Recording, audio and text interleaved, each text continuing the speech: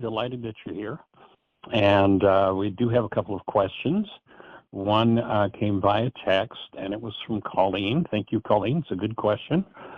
And one that, oftentimes as people start into this work. So her question starts out with a statement regarding generational pain and negative energy. So I have adult children and grandkids. What I'm wondering is if that generational energy I'm processing will be released from my descendants, or must they each do this for themselves? I mean, I'm sure they will have to process much on their own too, but I wonder if my processing helps them too, or would that have to occur before I gave birth? Sorry if this seems like a silly question. I'm honestly wondering. Well, Colleen, nothing silly about that question at all. I think that's a question that comes up for just about everybody as they do their work. Am I just doing this for myself? And if you believed that we are just physical beings, all separate and apart from each other, then obviously each person would have to do their own work. If we listen to Einstein, where he says, if you think you're separate or separated from the rest of humanity, you're living in an optical delusion. Einstein obviously knew that the mind produced its own realities, and those realities weren't based in truth. They were based in a fraud. They were based in a lie, that you're over there and I'm over here. Einstein goes further to say, quote, on such things as matter, we have been all wrong. What we have heretofore called matter is energy, energy whose vibrations have been so lowered as to be perceptible to the senses. There is no matter. So we don't live in a physical universe. We live or a material universe. We live in an energetic universe. And when you start looking from the perspective of energy, there is only a continuum. Our five senses are tapped into tiny regions of what we call the electromagnetic spectrum. Our eyes, our ears, taste, touch, smell are all different ways of tapping into energetic patterns out of this one source. A good analogy for that is, well, there's a wave in the ocean. If I name this wave Charlie, he must be an individual because look, I can see he is not in the ocean right now. He's separate. Well, no. If I name him Bill or Harry or Mary or Charlie, I'm simply referring to a momentary expression of the ocean. And that makes a good analogy for what we are as human beings. And our individuation does not mean our separation. So one wave after another, they're all individual waves, but none of them are separate nor separated from the rest of the ocean, any more than we are separate or separated from the rest of humanity. And more particularly, we are tapped into another whole level of energy when we recognize that we have a genetic lineage that is passed from generation to generation. You know, we can easily prove that. We've all known somebody who, let's say they knew a young man or a young woman who never knew their father. You know, their father died before their birth. And yet they look at that child 10, 20, 30 years later and go, wow, talks like his accent is like, he even turns his head like his father did. Obviously, these are energetic patterns, and it goes far beyond things like eye color or hair color or skin color. They're all energetic patterns. So the traumatic generational patterns that we need to deal with, my offering is they get passed from generation to generation. In the Aramaic language, you'll remember they said the sins of the father, and that word sin is simply an archery term. It's got nothing to do with the Greek monstrosity, the monstrosity the Greeks have made out of the word sin. It's simply an archery term that if you fired at the target and you missed the target, or you missed the bullseye, then the scorekeeper would yell sin. You're off the mark. That's all it means. So if I engage in an energy that's off the mark and I don't resolve that energy, literally every energy we engage in is stored holographically in every cell in our structure, including the sperm and the egg. And were you to conceive a child tomorrow, that child, I would offer, would have in your structure, or in its structure, pardon me, every thought you have ever thought, every feeling you've ever felt, every energy you've ever engaged in. It moves from generation to generation to generation. You look at that story about the Jews wandering in the desert. Thousands of years ago, they told a story because people didn't really get the physics of it. And they said that these people were lost in the desert. Now, I'd offer that to imagine that a bright group of people who know a significant amount about astronomy being lost in a 35 square mile area for 40 years is a pretty foolish idea. Clearly, they were not talking about a hot, sandy place, although some people want to make that literal. What that word desert means in our modern updated language would be the unconscious. So most people spend about the first 40 years of their lives before they start asking the question, why am I doing this to myself again? They've been through it 87 different times with 42 different people. And why is it happening over and over and over again? Because I hold that energy, and it happens generationally because those energies are passed on. When I do the work of cleaning up the generational patterns, then I conceive a child, I will no longer pass on those patterns. When I do the work of cleaning up those generational patterns and my children or their children are already in existence with the same patterns, does my doing my work make a difference to them? My offering is that when you realize energetically we are all connected, what I work through, I can't change their minds. I can't change that issue for them. But by doing my work, I can make it easier for them to pass through the gate. I like to use an example of, let's imagine that, we've got a house that's been around for 100 years, and in the basement, there's an old aluminum frame sliding glass door. And gee, for the last 20 years, everybody in the family's tried to get that door open, and it's been there so long, and it's so crusted and corroded, nobody can get it open. And all of a sudden, one young man is born into the family, and he grows up and he decides he's going to be an aluminum door mechanic. And so, having the tools with which to repair the door, our young man goes down, cleans the corrosion out, puts new wheels on the door, lubricates the door, and now anybody that goes to that door can slide the door open with one finger. Now, he did the work, everybody else gets the benefit. I'd offer that's a good metaphor for each one of us in a family system that does our work. If I face a generational pattern and clean it up in me, then, again, I can't change the existing child's mind for them, but my take would be energetically, I've opened the energy window for them to do it much more easily than I did. I did the heavy lifting. And when you are the first one in a family system that starts to understand the dynamics that we're talking about, you have to do the heavy lifting. That's just part of the process. The early adopter says, well, why can't I get this pattern that's been going on for 20 generations in my family system? Why haven't I got that all finished now on the third day of doing these worksheets? Gee, shouldn't I be finished by now? Well, if you've got something that's been going on for 10 generations, been passed on, impacted 10 generations, and in 10 generations, I've never done the math, but in 4 generations, there are 31 lives. In 30 generations, there are 1.6 billion lives.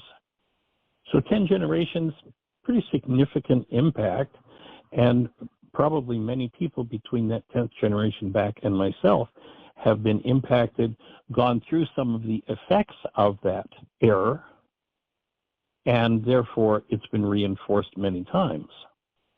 So when I open the energy window and I begin to do my work, and then I bring in the breath. You'll remember in the Aramaic language, Yeshua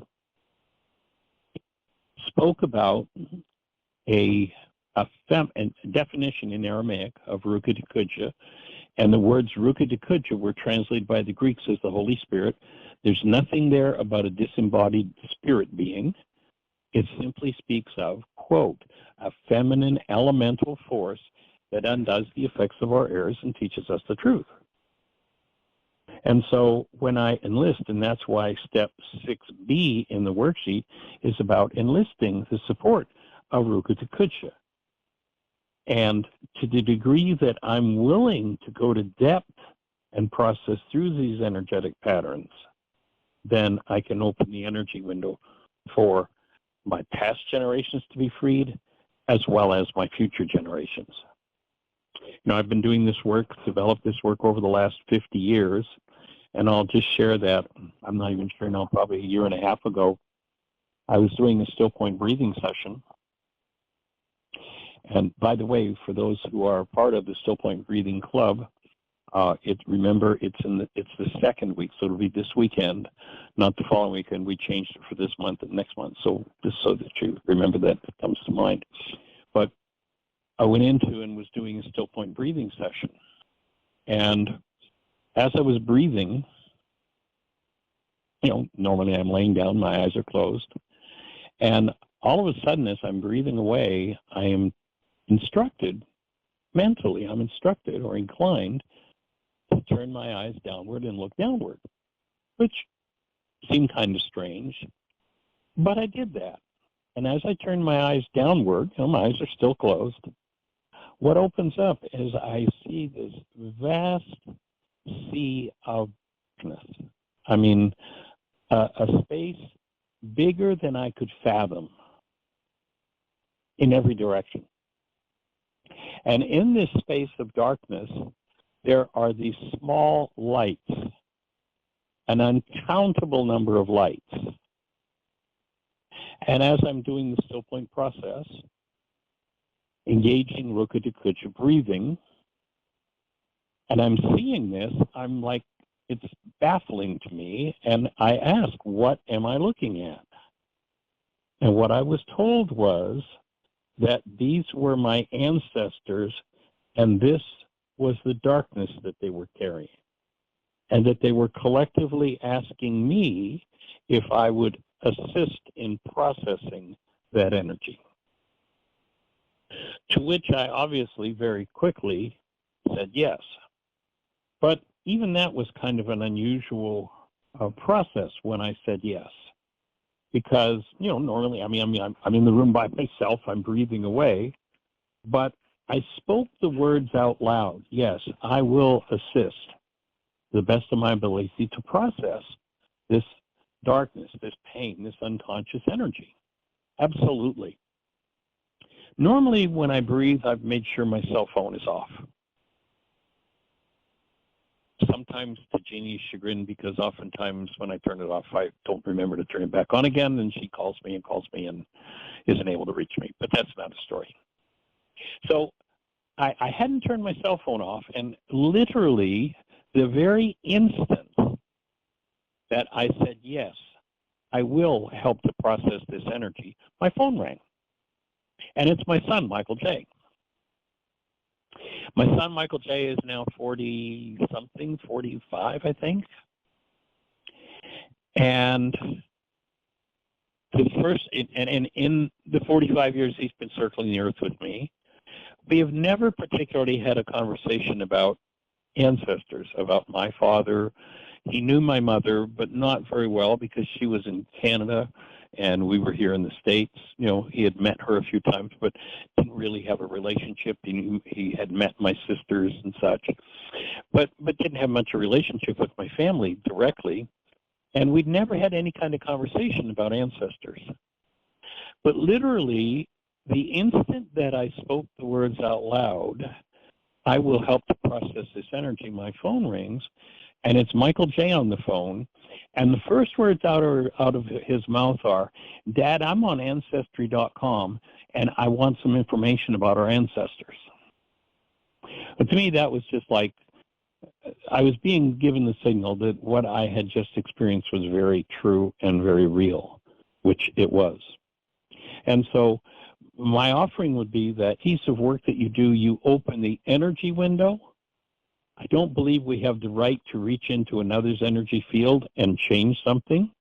But energetically, when I weaken the energy of a trauma in me, I help to drain off the energy of that trauma, not just for people in my bloodline who are still carrying that trauma, but for anybody on the planet who's carrying that trauma. There's a great principle expressed in the Course in Miracles. When you are healed, you are never healed alone. So that would be my offering. Yes, you are opening the energy window. And of course, if you can work directly with your offspring, you're going to move things to a whole other level. But each piece of work that you do will open the space for a shift in the energy of literally, because of this law of resonance and how energy works, it will change the dynamic for everybody. So that would be my answer to that one. And then we have another question. And this is from Tracy. Tracy, if you're listening and if you've got the opportunity, we could maybe talk directly on the show. Is Tracy there with a hand up by any chance, Jeannie? No, she said she would probably be in class. Ah, okay. Well, I think it was Colleen that was going to be in class, wasn't it? Anyway, if Tracy's not there, that's okay. So Tracy is someone who had contacted me yesterday after the show, I believe from Granada. She lives in Granada and was asking about, tapping in and doing the work, and is starting the codependence to interdependence intensive. And so she wrote, I have a tenant who won't leave my property. The property's sold but can't exchange until they leave. I gave them extra time in legal notice in January. I'm struggling with it. My understanding of your work knows it's me, but I feel so them. I have had this same scenario with other tenants. Of course, that might be the signal. You might want to read the book, Why Is This Happening to Me Again? And remember that when we interact with people, we are co-creators. And I am not responsible. Sometimes people will kind of turn this work backward and say, well, Michael Rice said you're responsible. Well, I'm not responsible for you, your reality, or what you do. I am responsible for me, my reality, and the fact that you're doing what you're doing in my space, especially if it's a Why Is This Happening to Me Again? If you haven't read my book yet, and I didn't think to talk about that with you yesterday, Tracy, you can order it. It's sold out. I can't sell you a new one, unfortunately, but you can order it. There are usually used copies available on eBay and on Amazon both. So you can order a copy of that, or you can simply go to whyagain.org/book.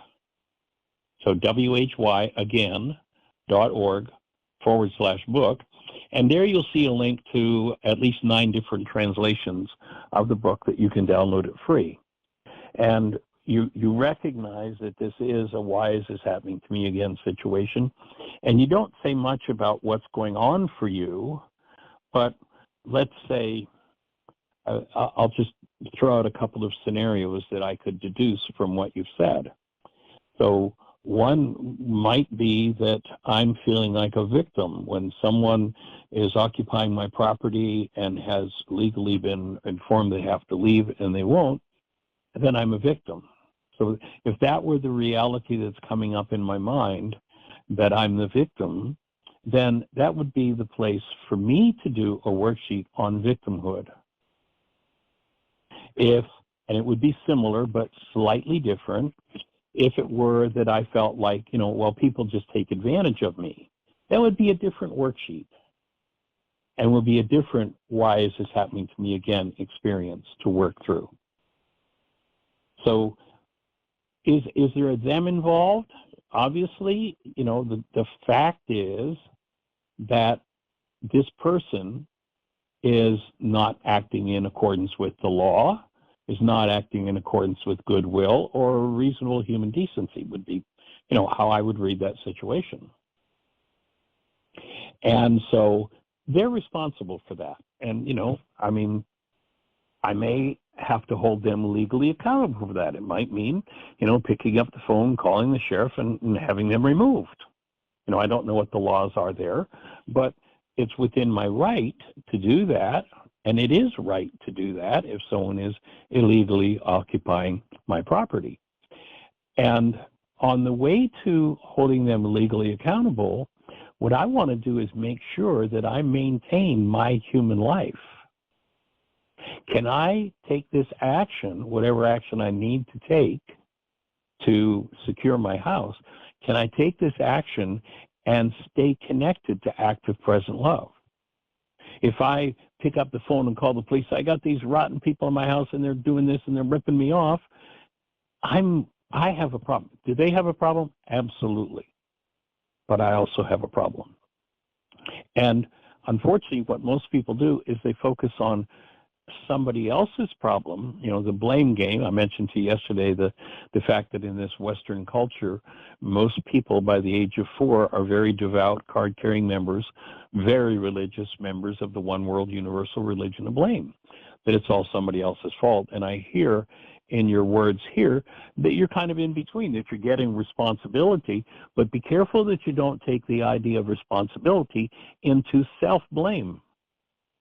Because a mind with blame that doesn't resolve its blame, if it turns it away, if somebody convinces me, oh, I'm bad for blaming them, then what will tend to happen if I don't resolve the reality construct in my mind to blame is, then I'll start blaming myself, which is just as big an offense against my energy system. So if I did some work around forgiveness and my blame of others, and that transferred to me, then I'd have myself as the object of attention in a worksheet. I do put my own name in that blank in number 1C and start to forgive this inclination toward blame of self.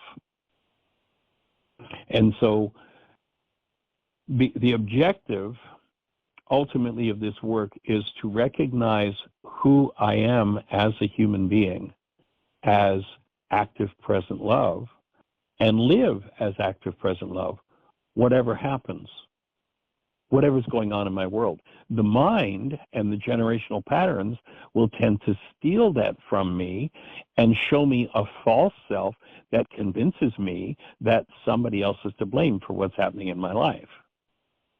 As long as I hold that false self, I'm going to find somebody who's going to bang up against it again, because we're in an energetic world. If I hold an energy that has a lot, especially if it's a lot of pain and trauma around being victimized, my mind is literally energetically sending out a high energy wave, and the message goes like this. Even, let's say I get this worked out and I get this person out of the house, but I don't do my work around it, then I'm sending out a signal that says, hey, world, I've got a house for rent, and, I always get taken advantage of and victimized because people always stay beyond it. So is there anybody that wants to apply to rent my house that can do that to me again?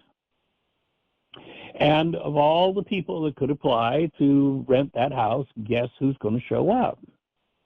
On the other hand, if I clean that up in me, if I finish with that energetic dynamic of being taken advantage of, then I send out a signal that says, I have a house for rent. I would love to have somebody who's willing to function as a human being, and I am, and we can develop a wonderful working relationship, and you'll take care of my house, and I'll make sure the house is taken care of for you. And when it's time to move on, we'll have a mutually agreeable solution to your moving on. We'll honor and acknowledge each other and stay friends. Totally different outcome, totally different creation. And so and one of the number one things that what I call the non-being self, the false self that's based in generational patterns of being victimized, one of the games that self will play is it'll go from victim to victim to victim, situation to situation to situation, being victimized while blaming others. I want to take responsibility back, not blame, and work through that responsibility and arrive in the world as a different call to interaction with others. And when I do, my world changes.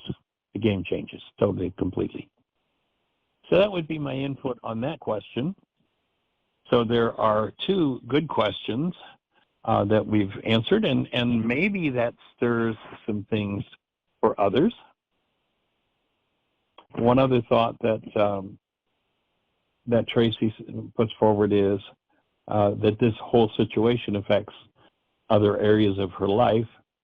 How do I handle the internal conflict when I know that it's me, but the projection of them is so strong? Well, that's, you're going to do work in both directions. You may do worksheets on them and what they've done, or at least what your perceptual mind says they've done, and then do worksheets on yourself and your inclination to blame or to project. So both sides of that coin would be places to do the worksheet process and clean up your own energetic dynamic. And again, oftentimes the mind will simply try to figure it out. And when you realize that we are energetic beings that carry generations and generations and generations of patterns, one of the games the mind plays is this trying to figure it out. And when I realize that, my energetic patterns matched with someone else's, matched with another, there's no way I could ever figure out all of those energetic dynamics. But at any time I choose to, I could forgive as to those dynamics and be freed of it.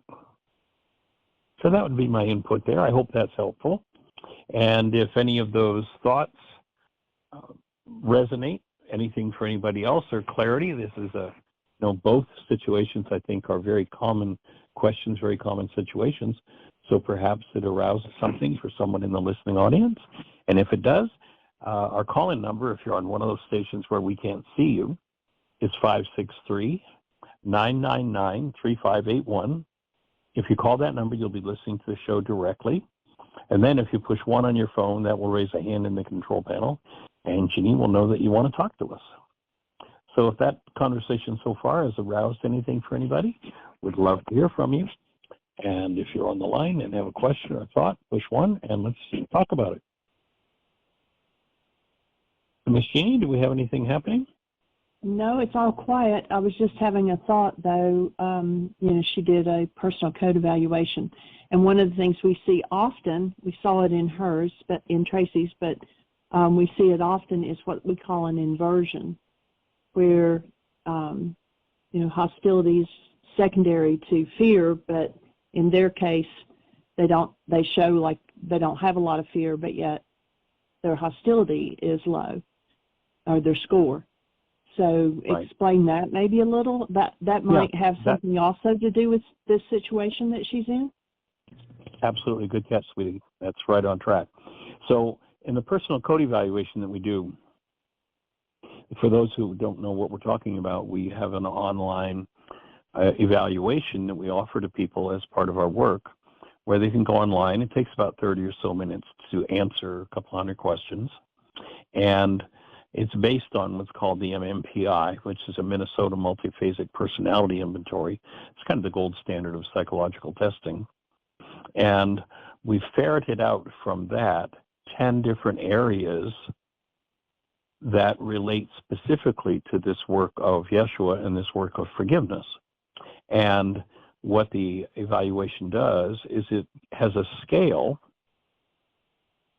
that measures where you're at in terms of stress management, your ability to honor yourself, your ability to honor others, your ability to honor truth, your level of fear, your level of hostility, the ability to honor laws of living, nutrition, digestion, toxicity, use of will.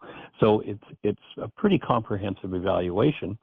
And basically what it's designed to do is to show us where the holes are in the mind, where the biggest learning opportunities. And so 2 of the scales are freedom from fear and freedom from hostility. And oftentimes, and what Jean's talking about as an inversion, is when people are in denial of whatever it is they fear, that scale will be a high score, and it'll show like, well, I don't have any fear. But then the hostility score is lower than the fear score. And nobody's ever hostile unless there's fear first. Hostility is an anesthetic for the pain related to fear. And so if one has a high, or what we'll call a better score in the fear arena than they do in the hostility arena, then that's an inversion, which says there's something feared that I'm blocking. So that's just one more piece of information that comes out of it. And so, yeah, that could very well tie in with the questions that we've been asked, yes. And this evaluation is part of any intensive that you do. We have the codependence to interdependence communication practicum intensive, which is a 89-hour self-study. And that course, if you happen to purchase it, includes 2 personal code evaluations, one pre-doing the course and one post-doing the course, so that you have feedback on just what where the blocks are in your mind. And then what the evaluation does, is, once you get your scores back, is it then tells you where your weakest points are and gives you a specific set of assignments, a specific how to heal that particular area of your life. So it's a pretty powerful tool. And so, yeah, that's a good thought, good catch on that one, Ike. So if you're out there in listener land, 563-999-3581. You've got a question? Push 1. Let's talk about it. Someone had asked me earlier about the book club, and that is tomorrow, and where you'll find the sign-in information for the Hear My Voice book club that Michael's been participating in, and they're up to doing chapter 23, and so you can join that. If you go to our website and go to schedule, you'll see there is a global online book club, Why Again. If you click that, there is the Zoom link information, and you can join it. It's free, and it's tomorrow, Thursday, August 8th, and it's at 3:30 Eastern Time, 8:30 London Time, which is where Yinka is. And so you can get that Zoom information on our website and just join tomorrow. Yes. And on our YouTube channel, we have many links to the studies that we've been doing. We've been working with Yinka Banto in London, England. I believe she's in London. It's got to be going on close to 2 years now. She has a group called Hear My Voice Book Club, a study group that works with people all over the world, and she had decided to work with our book. One day, the book showed up in her mailbox. She shared with me when she contacted me. She had no idea why it was in her mailbox. It came in her name. She didn't remember ordering it, but when she started reading it and doing the worksheet process, her life started to change. So she's like, I'm going to do the study of this, and just wanted to let us know. And I said, well, let's join the study. Let's support it. So we've been doing that off and on, well, pretty regularly. There are, I don't know, probably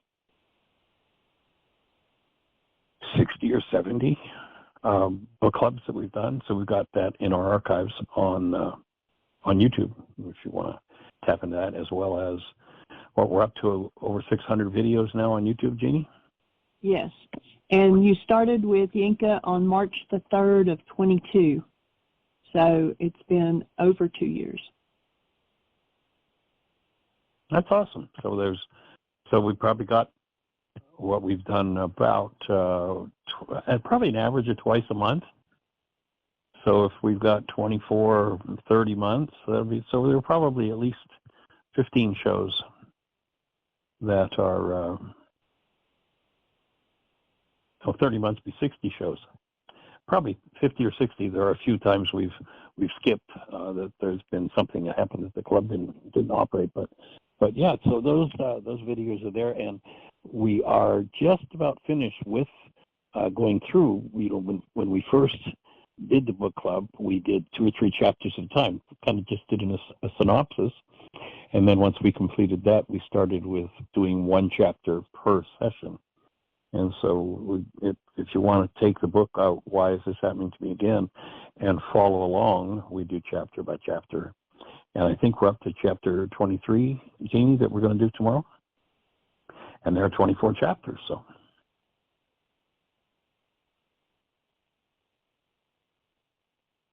So we have anybody in the phone queue with a hand up? Anything happening in the chat room?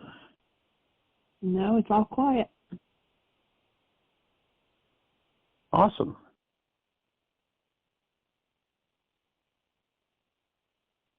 Well, then let's go back. We started the conversation yesterday about healing. So moved in that direction. So we picked up and moved into this idea of self-healing and what that looks like. And I would offer that the only form of healing that there is self-healing. There is treatment by others. Others can do treatment work, which can be helpful in the healing process, but ultimately each individual is responsible energetically for what kind of energetic patterns they hold. And so our objective is to offer the tools to every mind, heart, and being on the planet for learning how this energy system called the human life works, how a human form works, the laws and the principles by which the mind operates, and in understanding that, the tools with which we clean out or forgive energetic patterns that don't belong. So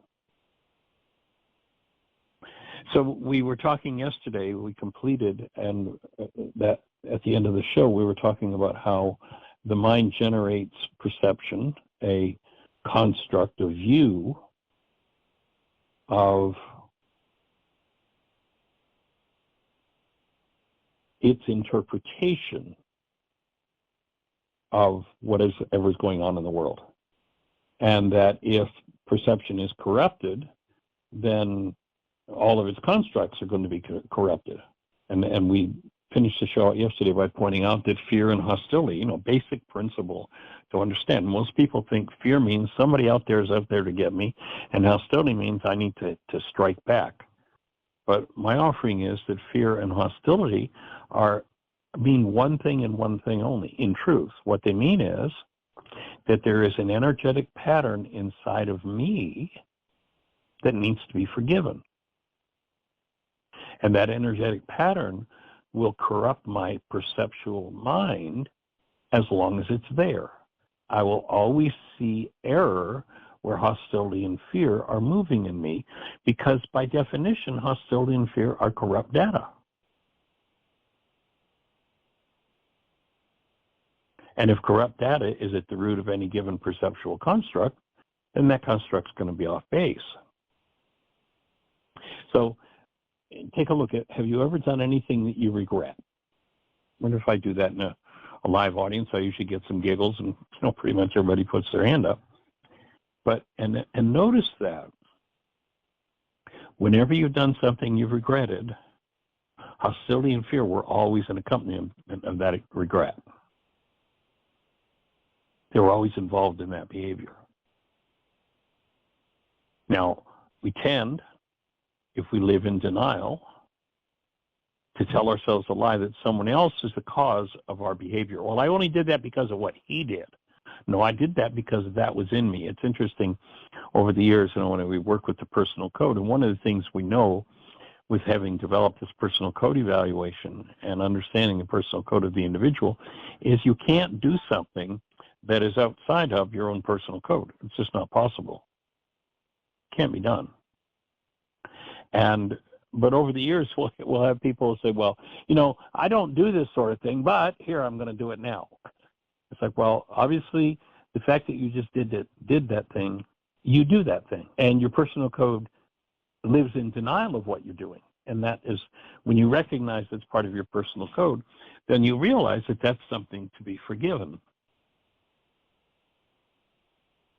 And if our own emotional dis-ease processes, hostility and fear, indicate that there's a dis-ease energy inside of me, If those emotional diseases drive pain perception, then my lens through which I see the world by perceiving mind is going to give me falsehoods. And recognize that all emotional dis-ease patterns are physical, have their physical corollary. There is not a physical and an emotional. They are just flip sides of one thing. There is not a separate body and a mind. They are one singular expression looked at from 2 points of view. That one can be readily understood if you just pick up a coin. Let's imagine that I've got a silver dollar and I look on one side of it and there's the head of George Washington or whoever's on the silver dollar, and I look on the other side and there's a dancing lady. And somebody looks and says, well, there's George Washington, there's the dancing lady. And they're two different things. And you could imagine, if it weren't something as simple as a coin, that these two individuals, not understanding that they're looking at different perspectives of the same thing, might end up at war with each other. You know, gee, no, that's not George Washington, that's a lady dancing. Oh, yeah, see, you're a liar. And you could imagine how people could easily get into fisticuffs over not understanding that they're looking at different perspectives of the same object, the coin. And so my offering is that the body-mind unit is exactly the same. We look at the mind and we say, oh, there's a mind. And then we look at the body and we say, there's a body. And sadly, our philosophies have separated those two things. But in the same way that you can't take, if I take that coin with the head of George Washington, can I take the head off the coin and have a coin left? No. If I take the head off a coin, it's no longer a coin. And there's still going to be the place where George Washington's head was engraved on the coin. Can I take the tail off of the coin? No, not possible, because it is one object that from two perspectives.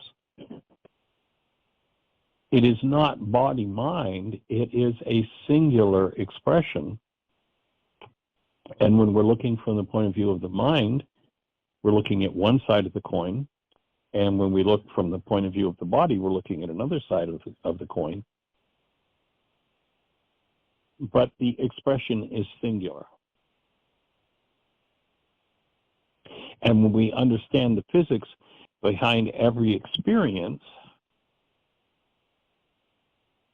through a lens of truth rather than errant perception, when we understand the principles of energy behind it all, then everything becomes understandable. Everything starts to make sense. I mentioned yesterday, there are many conceptual systems, and they seem to be in conflict. Somebody says, oh, there's the theological and the scientific. Certainly, they're not the same. Oh, there's the psychological and the spiritual. They obviously conflict. Well, people may conflict, but I don't care whether you're speaking in a theological language, a psychological language, a scientific language, or a spiritual language. The thing that's being spoken about is the same thing. It is all part of the energy system. And when we remove the BS, the belief systems, the errant language frameworks, the principles behind all phenomena are absolutely consistent. They're identical. We're talking about energy.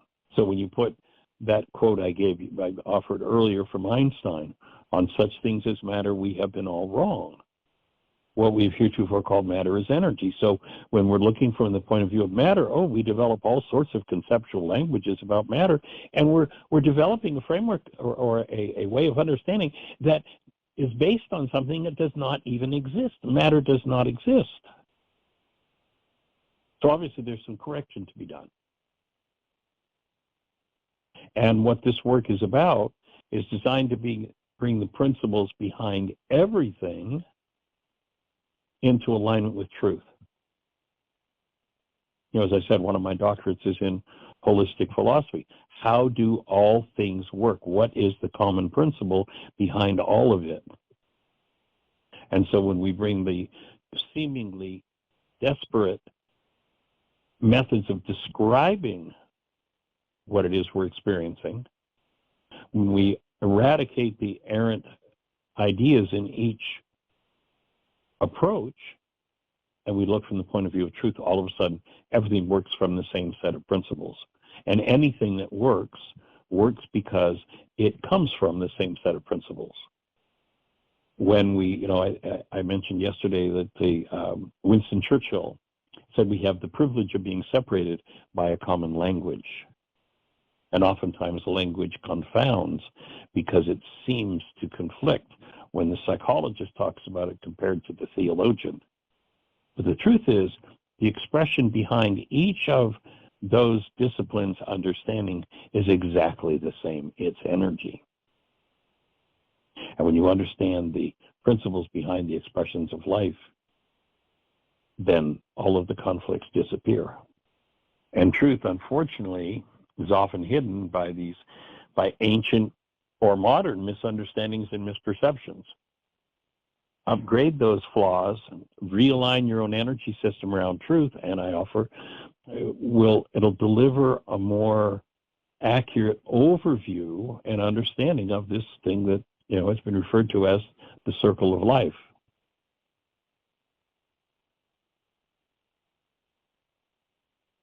When you go to the center of truth, you reveal what was hidden from yourself, the power that you've had hidden from you or you've hidden from yourself within that circle. And when we remove the discordant energy patterns, acquire new skill sets and heal, which means reorganize. Literally, it takes a reorganization of our organic structure and realign. When we bring everything that's out of harmony in us back into proper alignment, healing occurs. What we'd call physical, what we call mental, what we call emotional healing occurs when that realignment happens. And the major thing that gets in the way of that being misaligned is language and the mind. It's alignment that's needed. And energy systems do not improve, do not strengthen their output through effort, but rather through alignment. Correction experienced within the mind, body, nervous system enhances our ability to affect change through a deeper awareness and understanding of the principles in operation within ourselves, within our family system, whether it's ancestors or descendants, and in the world. Hippocrates, who's considered to be the father of modern medicine, said, "If you are not your own doctor, you are a fool." And what has the world taught us to do? Turn it over to experts. Now, I'm not saying don't ever go to an expert. There are people who have such awesome skill sets. It's just amazing. And they're willing to put those skills to work for us. But the individual themselves, my take, with my medical understanding and medical background, is that each person should be their own primary health provider, know enough about their health to know where they need to go when they need specialty support, as opposed to going to specialty support to tell them what they need, because what's been shown in a statistically significant way is that where, let's say, for instance, a city has an excessive number of practitioners in this specialty, all of a sudden it's just coincidental that that set of skills is needed in a statistically significant way relative to the way it's needed in other cities. And so when you are aware of and know how to take care of your own energy system, and you realize there's skill sets you don't have, you know what specialist to go to because you understand your own energy system. Again, I think Hippocrates was brilliant when he said this. If you are not your own doctor, you are a fool. Now, medicine today will say, if you are your own doctor, you're a fool.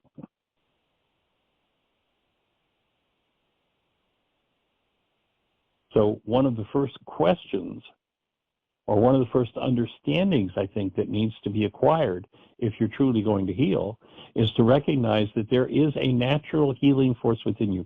You are genetically predisposed to stay well and to get healthier and continuously upgrade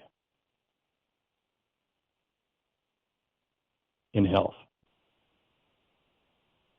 And that healing force is the greatest influence on whether we're going to get well, whether we're going to progress through life and age in strength and health and well-being. But, of course, one has to ask themselves if they're ready to do the work and do away with the reasons for their illness. Because only then is it possible to really do what needs to be done. So our objective, part of our objective here with this show, is to support you in uncovering the power in you to heal. It is yours. There are those who will want to claim it from you and tell you that they have the corner on the market. No. The master healer, the master teacher for you is inside of you. It's not me, and I don't care how many PhDs or doctors somebody has behind their name. It's not them. I don't care who they are. The master healer, the master teacher in you is you. So the power that lies only within yourself is the only power that can heal you. If you want a true solution to any challenge in life, especially if your mind's telling you the problems out there, be prepared to invest yourself in an unlearning, relearning experience. Now, unlearning, that seems to a waste to many, often takes more time than the learning of something totally new. If we've been brainwashed in generations and generations of rage and guilt and grief and fear, it's going to take more time to undo that than it is to learn the truth that you're naturally designed to understand. And so unless you're unusually well-schooled in the natural healing arts, you're going to find much as we unfold in this show. And if you reach back, the archives are, we've got 14 years, 5 days a week, an hour to 2 hours a day. So there's much to integrate here, especially if you're really truly going to enter the process rather than just making it a purely intellectual exercise. And we're down to the last 5 minutes of the show, so I'm going to open the space, Miss Jeannie, to see if we've got anybody with a hand up in the phone queue or anything happening in the chat room. It is all quiet.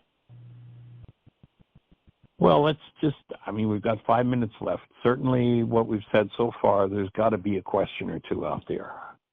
So if you're out there in listener land, we've got about 5 minutes to answer your question. Push one. Let's have a conversation.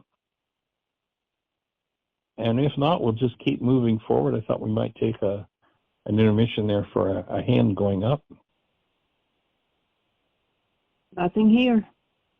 Well, then my next thought would be to say that, anyone who really truly wants serenity, sooner or later, must become a student, an observer, and learn how to properly interpret and address the energetic distress and alarm signals given to them by their own body, mind, and nervous system.